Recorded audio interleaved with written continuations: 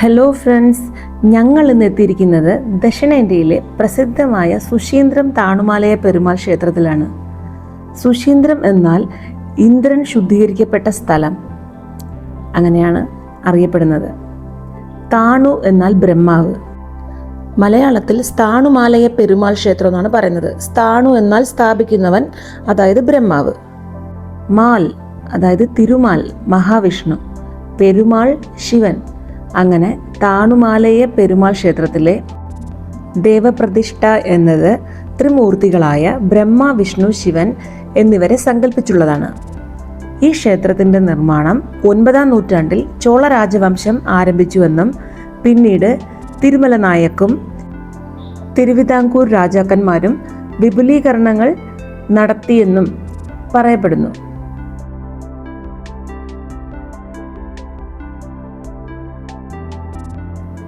11 നിലകളുള്ള ഗോപുരമാണ് ഇവിടെ കാണുന്നത്.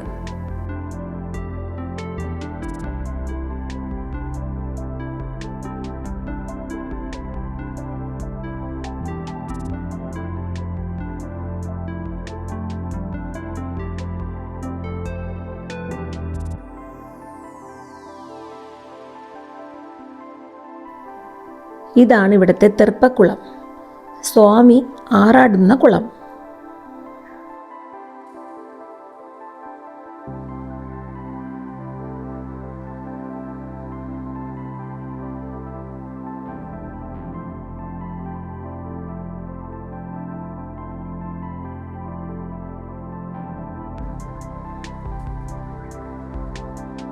ഞങ്ങൾ രാവിലെ 9 മണിക്കൊക്കെ ക്ഷേത്രത്തിലെത്തി. പുറത്ത് നിറയെ കാർ പാർക്കിംഗ് ഒക്കെ കണ്ടപ്പോൾ പിന്നെ ആൾക്കാരും നല്ല തിരക്കായിരുന്നു. അപ്പോൾ ഇതൊക്കെ കണ്ടപ്പോൾ നമുക്ക് കുറേ നേരം ക്യൂ നിൽക്കേണ്ടി വരും എന്നൊക്കെയാണ് വിചാരിച്ചത്. പക്ഷേ അകത്ത് വിശാലമായ നല്ല സ്പേഷ്യസ് ആണ് ആ സുശീന്ദ്രൻ ടെമ്പിൾ എന്ന് പറയുന്നത്. എത്ര പേർക്ക് വേണോ അകത്ത് നിൽക്കാം, അത്രയ്ക്ക് സ്പേഷ്യസ് ആണ്. ഒരു ലൈനും ഇല്ലായിരുന്നു. നമ്മളങ്ങനെ വെയിറ്റ് ചെയ്യേണ്ട ആവശ്യമേ ഇല്ല. നേരെ കയറി ഭഗവാനെ തൊഴുതു. നല്ല ദർശനമായിരുന്നു.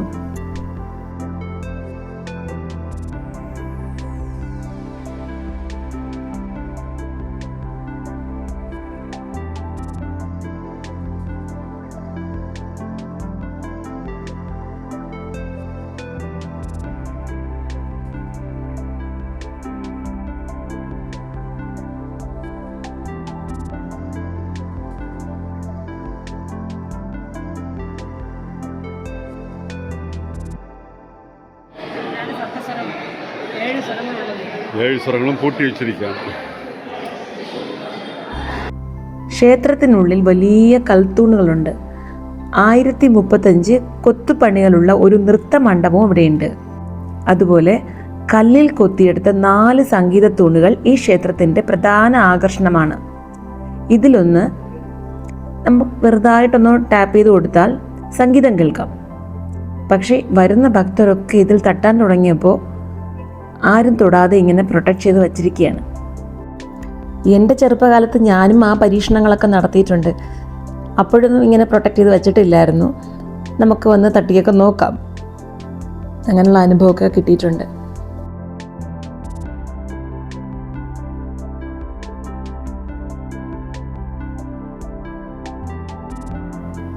പിന്നെ എടുത്തു പറയേണ്ട മറ്റൊരു പ്രത്യേകത 20 അടി ഉയരമുള്ള കല്ലിൽ കൊത്തിയെടുത്ത ഹനുമാൻ പ്രതിഷ്ഠയാണ്. വെറ്റിലമാലയും വടമാലയൊക്കെയാണ് ഇവിടെ ഭഗവാനെ ചാർത്തിയിട്ട് പ്രസാദമായിട്ട് ലഭിക്കുക. ആ വട കഴിക്കാൻ നല്ല ടേസ്റ്റിയാണ്. ഈ പ്രാവശ്യം നമുക്ക് വടയൊന്നും കിട്ടിയില്ല. നമുക്ക് പ്രസാദമായിട്ട് കിട്ടിയത് പുളിയോദരയാണ്. പക്ഷെ അതും നല്ല ടേസ്റ്റായിരുന്നു. അങ്ങനെ ശ്രീകോവിലിനുള്ളിൽ ഭഗവാനെ തൊഴുതിട്ട് നമ്മൾ വെളിപ്രകാരം വരാൻ വേണ്ടി പുറത്തു വന്നു.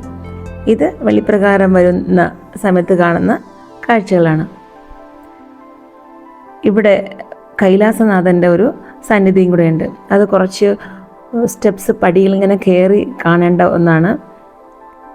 കാലിനൊക്കെ ബലം ഉണ്ടെങ്കിൽ മാത്രമേ അത് കയറാൻ പറ്റുള്ളൂ. അത്രയ്ക്ക് ചെങ്കുത്തായിട്ടാണ് ആ സ്റ്റെപ്സൊക്കെ ചെയ്ത് വെച്ചിട്ടുള്ളത്.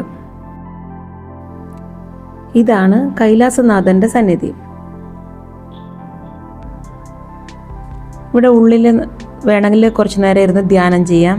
ഞങ്ങൾ ഉള്ളിൽ പോയപ്പോൾ അവിടെ ഒരു 5-6 പേരിരുന്ന് മെഡിറ്റേഷൻ ആയിരുന്നു. നല്ല പീസ്ഫുള്ളായിരിക്കും അതിനുള്ളിൽ.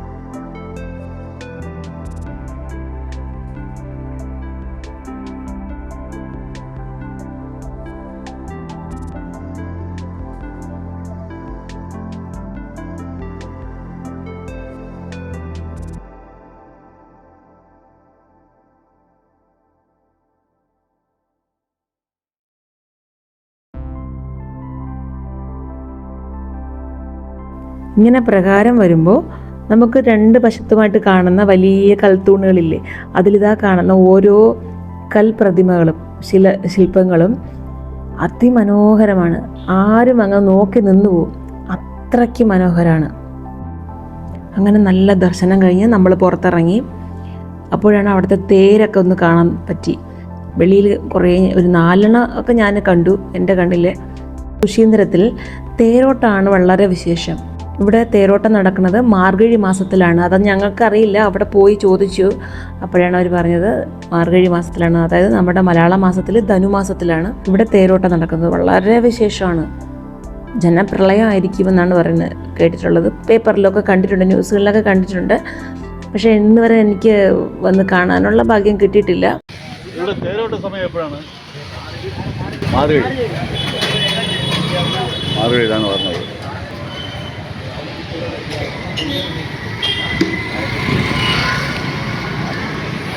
പണ്ട് തമിഴിൽ ഒരു ഫേമസ് ചിത്രമായ ശിവാജി ഗണേശൻ മൃദംഗ വിദ്വാനായിട്ട് അഭിനയിച്ചവർ റിയൽ ക്യാരക്ടറിനെ വെച്ചെടുത്ത മൃദംഗ വിദ്വാൻ സുബ്ബയ്യ പിള്ളയെ വെച്ചെടുത്തിട്ടുള്ള ആ കഥാപാത്രം വെച്ചെടുത്ത മൃദംഗ ചക്രവർത്തി അവിടെ എല്ലാം അങ്ങയുടെ വീടിരിക്കുന്ന ഇതെല്ലാം ഇങ്ങോട്ടാണ് കാണിച്ചത്. തെപ്പക്കുളത്തിൻ്റെ അടുത്തായിട്ട്. തെപ്പക്കുളം കുറച്ച് അപ്പുറത്തായിട്ട് വരും. കാണില്ലേ, അതാണ് തെപ്പക്കുളം മണ്ഡപം.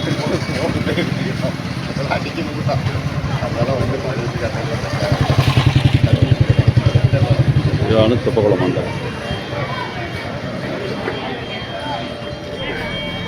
പിന്നെ നമ്മൾ അവിടെ നിന്ന് നേരെ നാഗർകോവിലേക്ക് വന്നു. നാഗർകോവിലിൽ വന്നൊരു ചെറിയൊരു പർച്ചേസൊക്കെ ചെയ്യേണ്ടി വന്നു. എനിക്ക് ട്രൈപോഡും പിന്നെ അത് സംബന്ധിച്ച കുറേ സാധനങ്ങളൊക്കെ ഒന്ന് നോക്കണമെന്നുണ്ടായിരുന്നു. ക്യാമറയും അതിൻ്റെ കണ്ടീഷനും അതിൻ്റെ പ്രൈസൊക്കെ ഒന്ന് അറിയാൻ വേണ്ടി. അവിടെ തൊട്ടടുത്തൊരു ചെറിയ കട തന്നെയാണ്. അവിടെ കയറി നമ്മൾ അവിടെ കുറേ നേരം നമ്മുടെ ആവശ്യങ്ങളൊക്കെ ഒന്ന് അന്വേഷിച്ചിട്ട് ഉച്ചയായി. സമയം ഉച്ചയായപ്പോൾ നേരെ തൊട്ടടുത്ത് തന്നെയാണ് ആനന്ദഭവൻ എന്നാണ് തോന്നുന്നത്.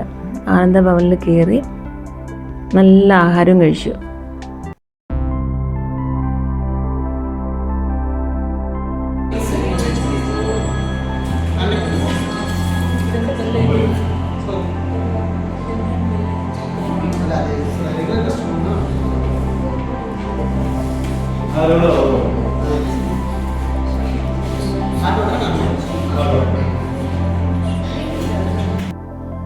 മോക്ക് മാത്രം തന്നെയാണ് വെജ് ബിരിയാണി ഓർഡർ ചെയ്തത്. നമുക്ക് എല്ലാവർക്കും ഓർഡിനറി മീൽസാണ്.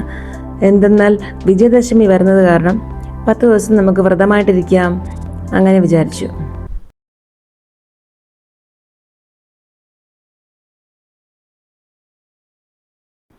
അവൾക്ക് വാങ്ങിയ ഒരു വെജ് ബിരിയാണിയാണ് നമ്മളിതാ ഇവിടെ എല്ലാവരും കൂടെ ഷെയർ ചെയ്യുന്നത്. അവൾ ഫുള്ളായിട്ടൊന്നും കഴിക്കില്ല.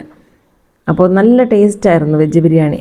നമ്മൾ പിന്നെ നേരത്തെ ഓർഡർ ചെയ്തിരുന്നു നോർമൽ മീൽസിന്, അതും സൂപ്പറായിരുന്നു. സുശീന്ദ്രത്തോ നാഗർകോവിലേക്കോ ഒക്കെ വരുന്നവരുണ്ടെങ്കിൽ ഉച്ച സമയത്ത് ഭക്ഷണത്തിന് ഇവിടെ ആനന്ദഭവൻ സൂപ്പറാണ് കേട്ടോ, അടിപൊളിയാണ്. എനിക്ക് ചെന്നൈ അടയാർ ആനന്ദഭവൻ പോലെ അതുപോലെയല്ല, എനിക്ക് ആ ടേസ്റ്റ് അത്ര ഇഷ്ടമില്ല. പക്ഷേ ഇവിടെ സൂപ്പറായിട്ടുണ്ടായിരുന്നു.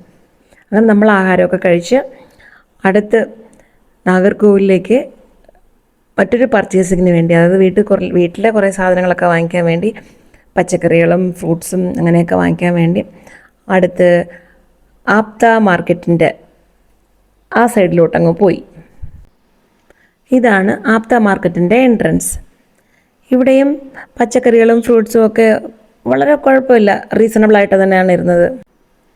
ബൾക്കായിട്ട് വാങ്ങിക്കണമെന്നുണ്ടെങ്കിൽ അതാണ് ലാഭം ഇവിടെയൊക്കെ വന്നു കഴിഞ്ഞാൽ.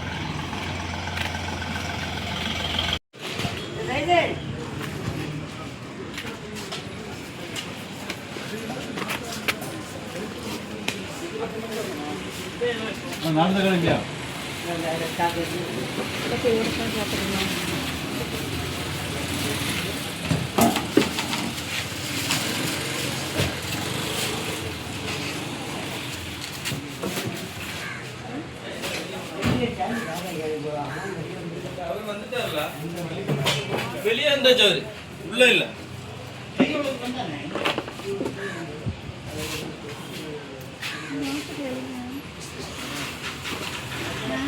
ഇഞ്ചി ഉണ്ടല്ലോ കേട്ടോ വീട്ടില്.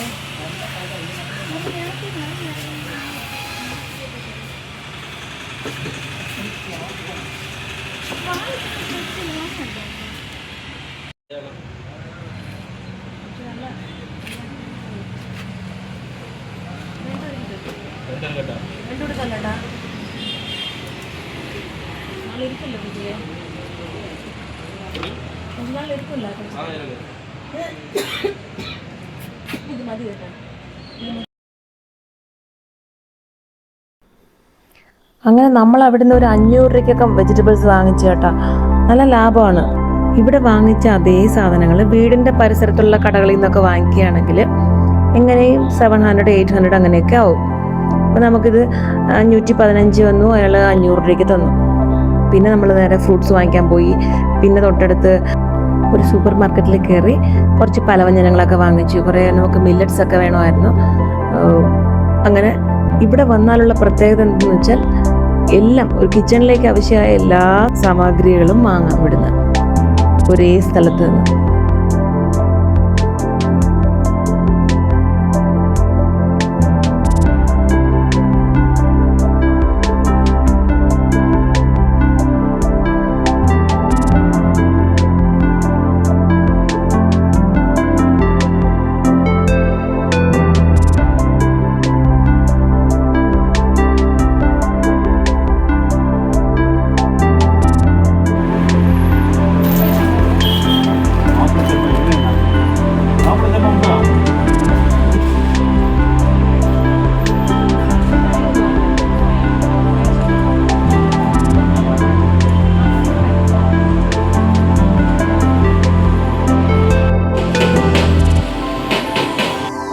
ഇത് വേറൊന്നുമല്ല, ദസറ ആയത് കാരണം ഇവിടുത്തെ കുറേ ആൾക്കാരൊക്കെ ഇങ്ങനെ, ഇവിടെയുള്ള ആൾക്കാരാണോ പുറത്തുനിന്നുള്ള ആൾക്കാരാണെന്ന് അറിയില്ല, ഭദ്രകാളിയുടെയും കൃഷ്ണൻ്റെയൊക്കെ വേഷം കെട്ടി അവരുടെ ഒരു നേർച്ചയായിട്ടാണ് അവർ പറയുന്നത്. അവർ ഇങ്ങനെ ഭിക്ഷയാചിച്ച് അതിൽ കിട്ടുന്നത് ദേവിക്ക് തന്നെ അവിടെ സമർപ്പിക്കും. അങ്ങനെയൊക്കെയാണ്. ഞങ്ങൾ ശുശീന്ദ്രം മുതൽ നാഗർകോവിലൂടെ എല്ലാം ഇതുപോലത്തെ കുറേ രൂപങ്ങളെ കണ്ടു.